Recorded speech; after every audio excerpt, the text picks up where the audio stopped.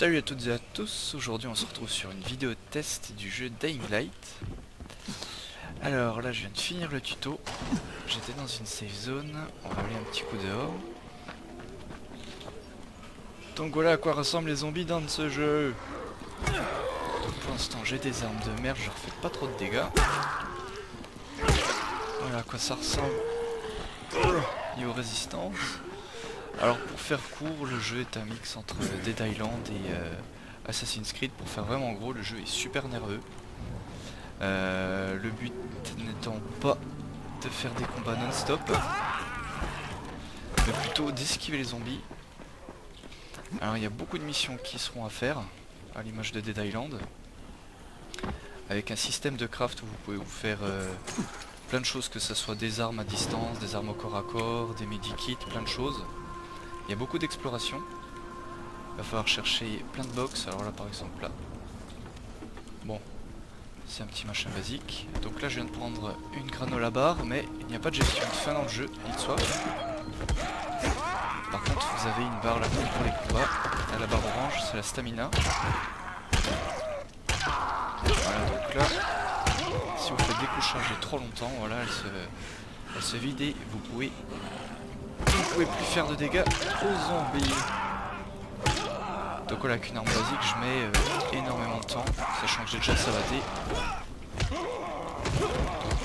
Mettre des coups de pied, ce qui est bien, c'est que ça n'utilise pas de stamina. Oh, putain, mais tu vas crever. Voilà. Alcool, super. Je crois que je peux me faire un medikit. Ok, il y en a encore un là. On va se percher. Allez, grimpe. Voilà. Donc les systèmes de craft, voilà à quoi ils ressemblent. Vous avez votre inventaire. Vous allez... Alors moi j'ai le jeu en anglais, c'est pas grave. Vous allez juste à côté de l'inventaire et ça c'est toutes les recettes que vous pouvez faire. Donc actuellement je peux pas faire grand chose. Il me faudrait une gaz pour faire un medikit. Ah, je peux faire un molotov. Ok. Ok.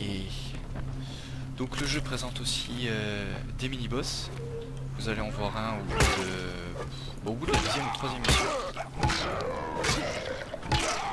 Allez, si tu pouvais mourir, ça m'arrangerait. Ah, puis vous avez aussi une barre, donc là je viens de le voir, une barre d'utilité sur vos items. Donc là, j'avais mon bout de bois qui était foutu. Pas plein d'autres choses. Voilà. Hop. Donc ce que je voulais vous montrer aussi, c'est que vous avez un arbre de talent qui se divise en 3 parties. Donc vous avez l'agilité qui augmente en fonction de tout ce que vous faites comme course, comme saut. Le power level, donc ça c'est par rapport à vos aptitudes au combat. Et là le survivor rank, alors ça de souvenir c'est celui qui augmente sûrement avec les quêtes ou les missions, je ne saurais pas le dire exactement. Donc l'arbre de talent, vous ne pouvez pas voir où est-ce que vous allez aller, vous avez juste le point de base. Alors voilà, celui-ci il offre la possibilité d'aller ici ou là. Donc là, Survivor. Alors pour les étoiles ninja. Ok. Donc agilité par exemple.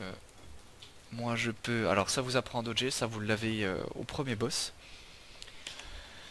Et pour ce qui est du power level, en temps normal c'est les dégâts. Ok, donc si vous visez la tête, vous avez la possibilité de stun. Donc là pour l'instant on n'a pas d'arme contendante. Donc on cherche juste à stun. Ah, je pourrais ouvrir le camion. Lockpit ici. Ah non. Ok. Donc il y a aussi la possibilité de crocheter. Que ça soit les coffres. Alors là apparemment le camion, je savais pas. Donc je suppose... Alors qu'est-ce qu'il y a là-dedans? Medikit. Ah ça c'est cool. Bon. On va essayer le dodge celui-là. Putain il y en a deux.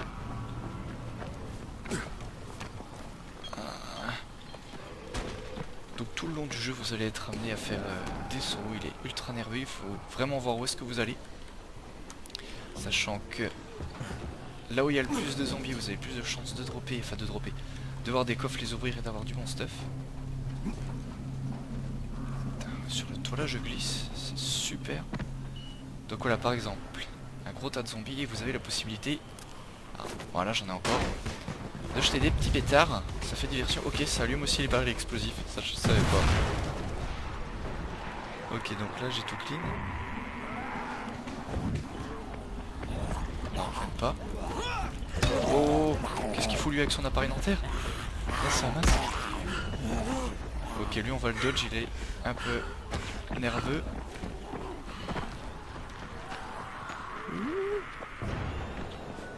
Est-ce qu'on peut aller là-dedans? Nice. Donc le jeu est disponible aussi en coop. Donc vous pouvez évoluer chacun sur la map de la manière dont vous voulez. Bon, après pour ce qui est des missions, je sais pas encore comment ça se partage, je l'ai pas testé en coop. Hop. Donc pour le moment, moi j'ai vu que 2 ou 3 types de zombies. Donc là il y a les standards. Là je viens de découvrir le tout nerveux. Vous avez des mini-boss et plus tard vous allez avoir, comme dans tous les jeux, des boomers qui explosent quand vous tapez dessus. Et ça frise un peu, je sais pas ce qui se passe. Voilà. Donc niveau graphisme il est vraiment super. Bon, après faut le PC qui tourne avec, c'est ça le souci. Le mien là j'ai l'impression qu'il galère un petit peu. Ok.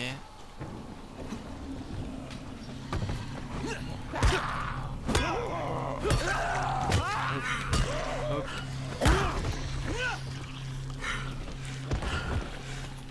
Donc vous avez la possibilité de ramasser des dollars là comme je viens de le faire, ce qui vous permet après d'aller dans des shops. C'est vraiment un Dead Island-like.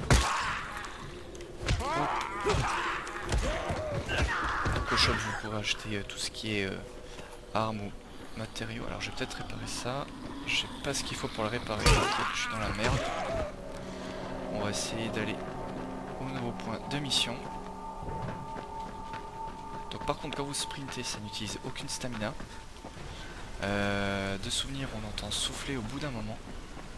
Mais vous n'avez aucun indicateur visible. Ça par contre c'est un peu embêtant.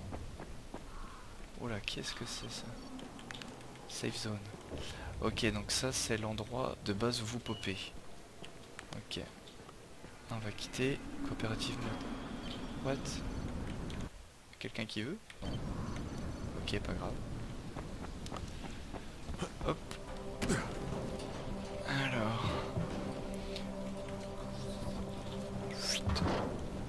On va essayer d'esquiver tout ça et d'aller au point de mission. Alors si vous restez sur les véhicules, vous allez forcément les aggro.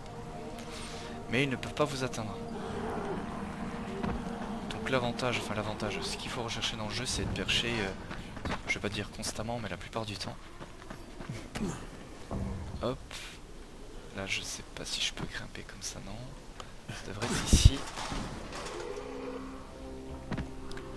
Ah puis vous avez aussi des petits passages où, bon, pour l'instant j'ai vu ça que dans le tuto. Mais c'est possible que ça se fasse plus tard, c'est un peu à la Mirror Edge. Vous devez courir, vous devez glisser dans des petits creux, après sauter, c'est vraiment ultra rapide. Les décisions doivent être prises très rapidement si vous voulez survivre. Donc voilà. Deuxième type de safe zone. Et à l'image de 7 Days to Die, la nuit, les zombies commencent à être un peu plus mad.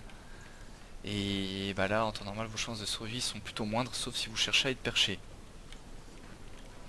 Donc là, on va parler au monsieur pour la mission. Bon, on va essayer de zapper. Hop là.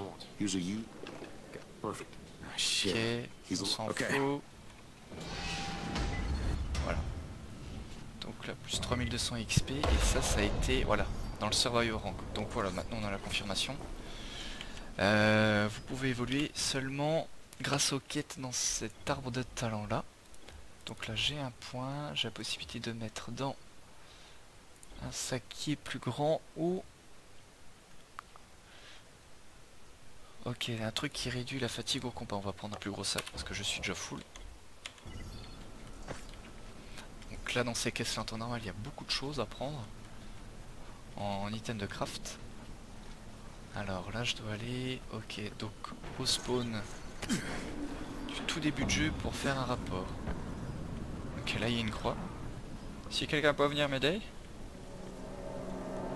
Ah non, c'est au tout début, ça vous apprend à aller à la première safe zone. Ok. Donc on va aller par là. Ensuite là. Est-ce qu'on peut aller là? Yes. Là. Ok, j'ai fail.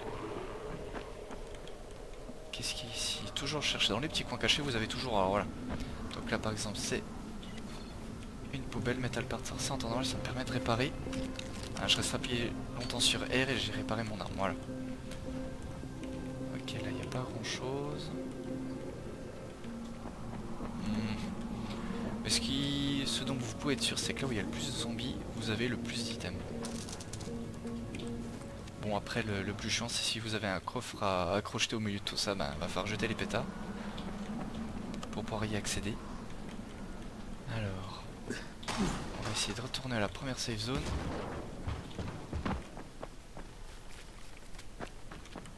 Ok, là, il me dit que c'est là-haut. Bon, là, il y a 0 zombies. En temps normal, autour des safe zones, vous avez pas grand chose.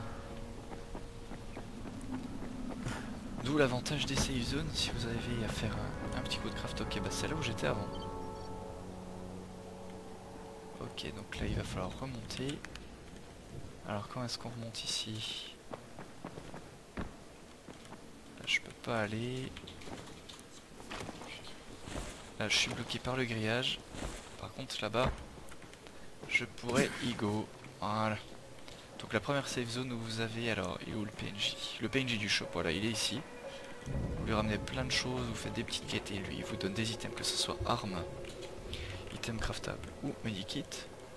Alors là j'ai l'impression qu'il monte bien la garde, il est à moitié endormi. Il y a un zombie qui pourrait rentrer, il n'y aurait que lui. Ok. Donc voilà, petite vidéo de présentation pour vous montrer les bases du jeu. En espérant que cela vous a aidé, il vous donnera des choix sur vos prochains jeux à jouer. Sur ce, je vous dis bon jeu et à plus.